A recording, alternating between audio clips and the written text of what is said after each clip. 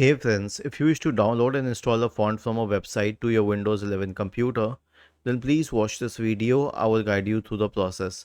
So search for download font in the search bar and then go to the font page. Okay, let's say you wish to download this font. Save it. Save it. Then go to this folder here. Right click on it. Select extract all. Extract. And then you can simply go to the open type font file page and click on it and then select install.